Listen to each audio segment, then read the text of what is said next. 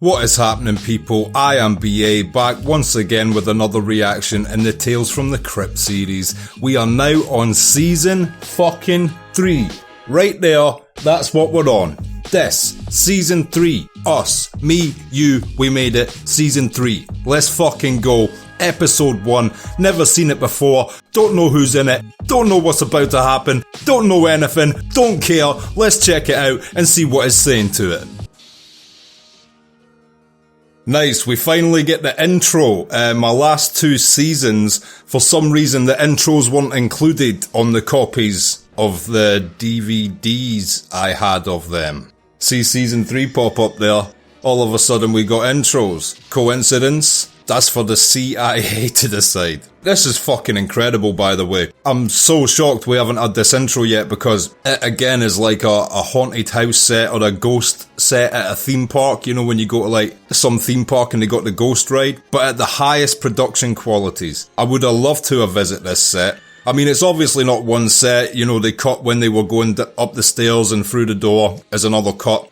But even if it is several sets, it's just an incredible piece of work from their art department. Sets the scene so beautifully. Dying for a date? Aching for a little prick of... Crypt Keeper is a fucking dab hand with a bow and arrow. He would do well in Skyrim with a sneak build.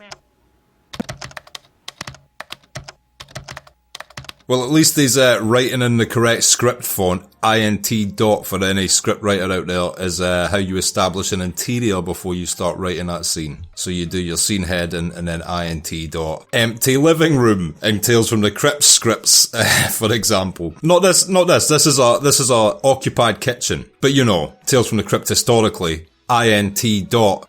Empty fucking room. The camera pans slowly around many objects as we see an empty room. It continues to pan round more objects. The room still empty. Me? That's the word around town. We'll find something to put them in, silly. She didn't need to put her index finger into her cheek and twist it as she delivered that dialogue. That was her personal choice. Honey, I got that raise! Oh, darling, that's wonderful! This is hilarious levels of cheese.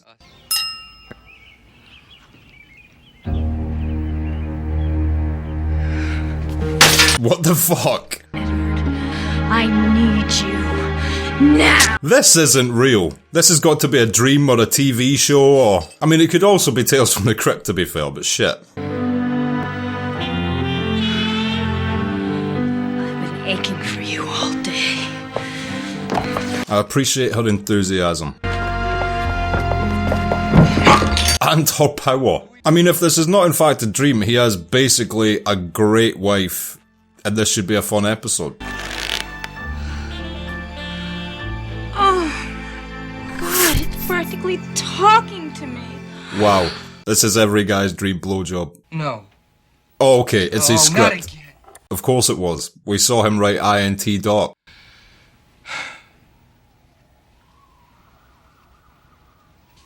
He'll get better at writing romance. He was trying. They were having martinis in the daytime while talking about jobs and shit. It's romantic as fuck. Back to reality. Water don't work. There is no beautiful woman that's been waiting for him all day, and his dick has been practically talking to nobody. Yeah, what do you want? My kitchen faucet has a... Yes, I know all about it. Is this the hotel owner? No one's ever seen him. I've been here for 5 years and I've never seen him. What sort of fucking creepy hotel owner hides behind a camera console and never shows his face? Does Claw from fucking Inspector Gadget run this hotel? Please tell Mrs. Parker you're not one of those stupid actor types. No, I'm a screenwriter. Oh, my third husband was a screenwriter. Just shows you how dime a dozen screenwriters are over there. Oh, my third husband was a screenwriter. You're nothing special with your little script. That's why I have very little faith in anything I write ever getting, like, seen by any eyes that could make a difference with it. Because everyone's trying to write some shit. I mean, someone literally would have to sit there and read everyone's bullshit just to find the good ones.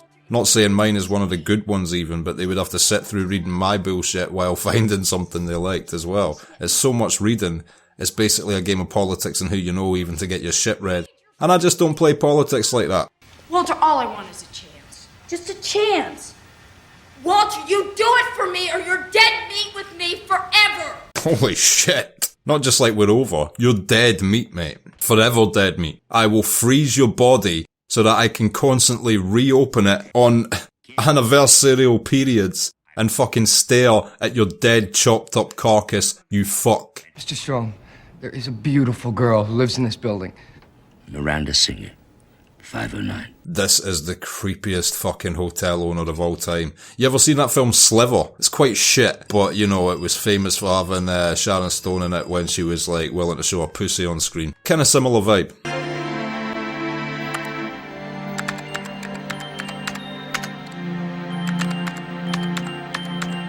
Oh wow, they even had a character name change feature back in those days. That's some impressive tech. I don't even know how to use that fucking shit nowadays, but I don't change my character names. Bob is always Bob.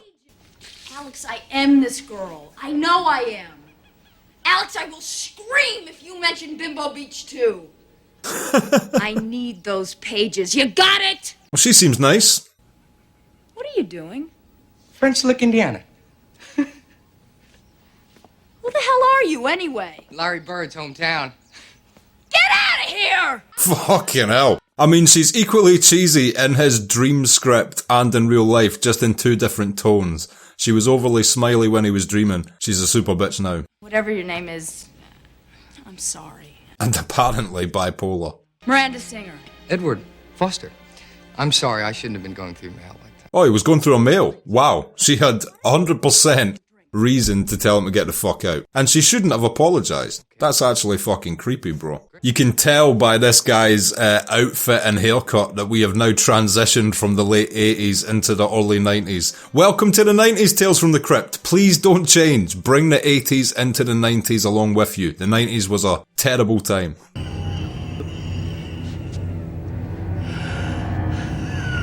White tuxedo top. You can take Tales from the Crypt out of the 80s, but you cannot take the 80s out of Tales from the Crypt. Oh, hi. Hi. Pretty flowers. Just when I say I thought they'd left the 80s, those fucking shoulder pads are illegal in most countries due to their lethality. Jesus Christ.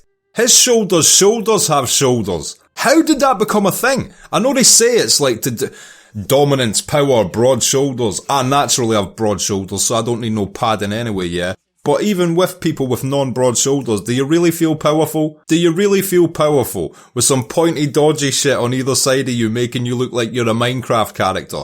Unblock yourself. I'm working on the script you would be perfect for. That's nice. Thank you. I even changed the girl's name to Miranda after we met. Not creepy at all. From Louise to Miranda, after you. That's sweet. If I was her, I would not take another sip of that drink. I changed the name of your wine to Rehypnol. You're gonna be rich and famous one day, and on that day we have a date. What a shallow bitch. One day, when you actually make something of yourself, you might be able to get with me, but until you are successful, I do not like you as a person. Good luck. You can find your way out. I think he was trying to find his way in. You what? Alex, you call them right back and tell them that frontal nudity has never been a problem for Miranda Singer. Miranda will do what she needs to do to get ahead. This is very much like Sliver. She's basically Sharon Stone. You dipshit little Midwest weasel! Ow, ow, ow, ow! He 100% deserved that. You don't walk up behind a woman unzipping her dress and like hug her. This guy is straight up fucking weird. I have the rent money here. Do you want me to just, slide it under the door? As strange as the hotel overseer is, he's weirder than him. Who grabs a woman from behind like that without any initiation? I would tell you who, but you can't say that word on YouTube.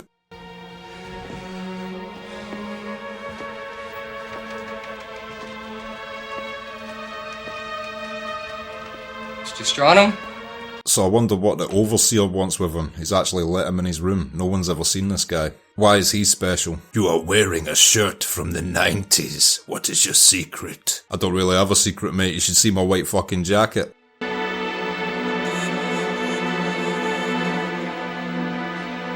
Alright, so he's got a wall full of beautiful female headshots. Does that in some way connect to the new beautiful female who is now occupying his apartment building? Is he a serial killer of the beautiful females who goes to his apartment? He kept you waiting for 5 fucking hours. And she didn't even remember that she had a date with you. Wow, he was watching. Women. You can't live with them, but you can't cut them up into tiny pieces and tell the neighbor she's in Palm Springs either. I mean, this isn't even off-center. This is how all landlords are. You must be quite a ladies' man. That's some collection you've got out there, those photographs. You want to know the truth, kid? I never met a single one of them. That's pretty weird. You really love her, this, Miranda? I've been waiting for her my whole life. I mean, he says he's never met a single one of them, so I'm assuming they were in his apartment because he doesn't meet anybody that lives in his apartment. If you really love her, kid, just say yes. Creepiest landlord of all time. Also, this is the second Tales from the Crypt episode with a questionable drug being brought into this storyline. I can't stand having you hate me. One drink? I want this to be over with quickly. You didn't even have to agree to the one drink if you were going to be that much of a bitch about it, lady. You are about to be drugged, so I forgive you for your demeanour.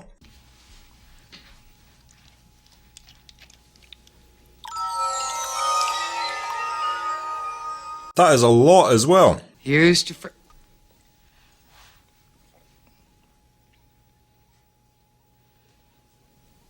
Creepiest or the drugs kicking in yet face I've ever seen in my fucking life. This guy is a piece of shit character, man. Don't you feel anything for me? Yes, I'd like to report an intruder. The shot of him standing over her there made it look like he had tiny little legs. Fucking hell. This is the second episode we've had like this where a love potion instantly makes someone fall in love with a guy, and in a post #MeToo world, it's just kind of fucked up to watch, isn't it? This isn't consent, this is drugged consent. I respect her undergarment, but it doesn't make it any less wrong. We're not finished. We're not? We've been at it all night. It's time to get up. I would love it if the twist in this episode is that she fucked him to death. Fuck you for drugging me, mate. Die. You can't handle this pussy. Die. You're beautiful, you know that? Physically, spiritually, You're a total writing machine. A capital G genius. Holy shit. She is like over the top with it. This is hilarious. Like the thing has worked overboard to an annoying extent. I have to write, Miranda. Of course you do, darling. and I'm gonna help you with this scene. Oh my god, as a writer I can actually relate to this so much. I can't write when people are talking to me, I can't write when people are looking at my page. Unfortunately, most writers are the same, and we have to spend some of our time, much of it against our own will, in isolation in order to write correctly. As beautiful and as gorgeous as she is, after like a whole night of sex and then getting down to write, it would be somewhat annoying to have her not giving you 30 seconds apiece. Fucked out. I'll never be with you. She is committed to the cause. His dick will break before she does. Wow, this is the second time we've had a shot of her very nice ass while she jumps on top of him. It's a very overtly sexual episode, this, and as a man, can't hate.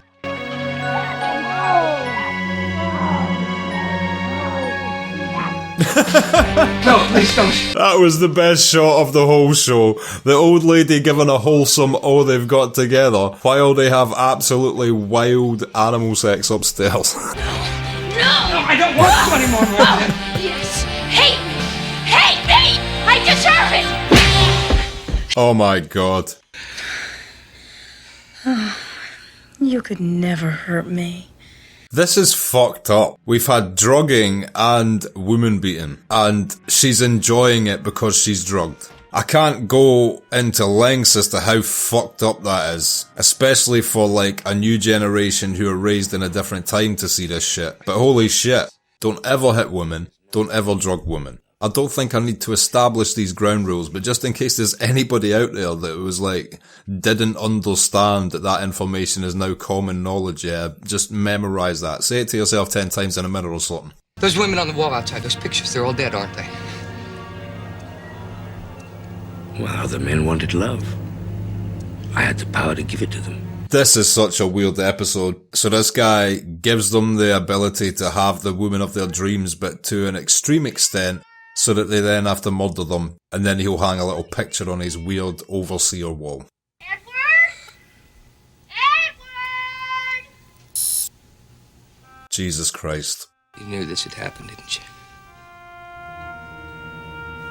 Of course he did. Didn't you see his evil fucking smile as he handed you the vial of drugs? Now he's got a blue one. Fucking Morpheus over here. Hi, honey, I'm back. Hi. See, I'm helping you finish your script. Oh my god, I would love to read her version of the script.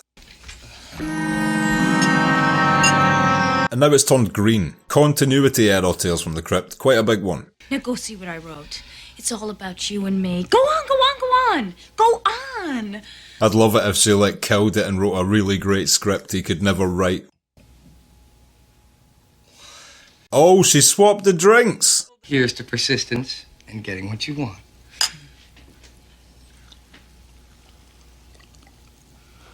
Did she knowingly swap those drinks, or did she do that by accident? Well, that's him fucking dead, innit? And good riddance, to be honest. He's a fucking drugging piece of shit, and you deserve to die in that way. Unlucky, mate.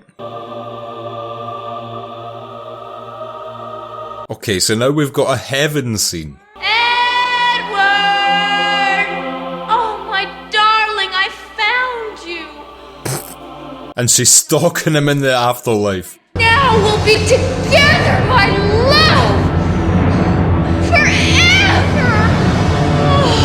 What the fuck? Why is her face so fucked up like that? Is that because of the damage he actually did to her when he hit her? Also, there's no way that dude made it to heaven. Oh, Crypt Keeper's having a talk. Was it good for you too? Ooh, talk about head over heels. The head fell at a very convenient position. Okay, and that was episode 1 of season 3 of Tales from the Crypt, and I will be back in just a minute with my thoughts on that. So, episode 1 of season 3, Loved to Death. What did I think of that? Okay, I've got to give my honest thoughts on this. I'm not Captain Positive all the time. It's just because I love Tales from the Crypt and most of them are so great. This one, though, reminds me of two combined. It reminds me of the one we watched called Corman's Calamity, about the guy that actually wrote for Tales from the Crypt, and then what he wrote came to life. The writer aspect of that, and the troubled writer aspect of that, combined with the episode Till Death, the one set in the swamps with a voodoo, about the guy trying to make the woman love him forever. He drugs her, she loves him forever, dies, becomes a zombie, blah blah blah blah blah. The only unique spin on that was, well, it kind of wasn't even a unique spin, because the whole twist in the Till Death episode was that at the end he wakes up, she's finally been dead and burned, but no, you can't get rid of her. Even in a skeletal form, she is there loving him. And the creepy part of that was obviously there's a fucking Walking Dead skeleton still trying to chase you and make love to you and being in love with you. They changed it in this to the religious variation of that twist, which is, you know, instead of continued life after death on Earth, there was, which is creepy, there was continued life after death in the afterlife, which is equally creepy because now he is being tormented by the woman who at the end he found incredibly annoying until the end of known time. But until that variation of that twist, it's essentially the same setup, and even a twist is kind of the same, just taken from a different slant.